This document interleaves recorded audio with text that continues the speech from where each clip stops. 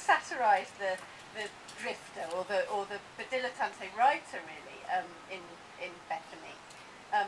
Someone who bases all her material on personal experience exclusively. Do you think that's though a phase that all writers go through or need to go through?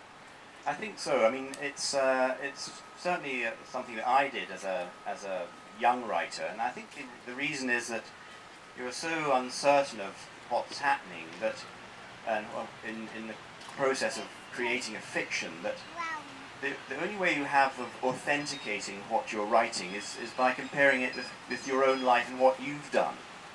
And I know that my first novel, which I never published wisely, was a completely autobiographical, I mean barely disguised account of a year I spent in the south of France at the University of Nice at the age of 19.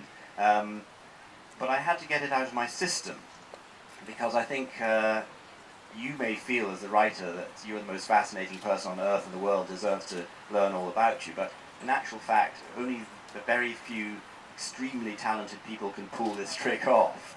And so the other problem is it's often advice given to young writers: write about something you know.